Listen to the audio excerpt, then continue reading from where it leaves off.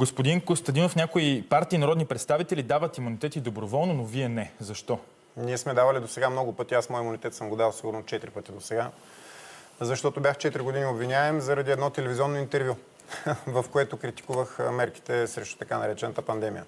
Имаме и в момента 2 души наши депутати, които са вече 5-та година обвиняеми заради участие в протести срещу правителството на ГЕРБ през 2020 година, които също няколко пъти подред си даваха имунитетите.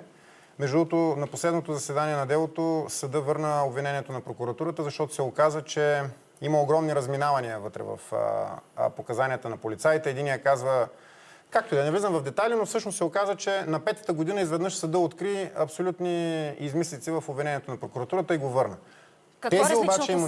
Тези обаче имунитети ние няма да ги дадем, защото тук става вече въпрос за една нагла демонстрация на власт вътре в прокуратурата от страна на Пеевски. Прокуратурата е собственост на Пеевски и той използва като бухалка.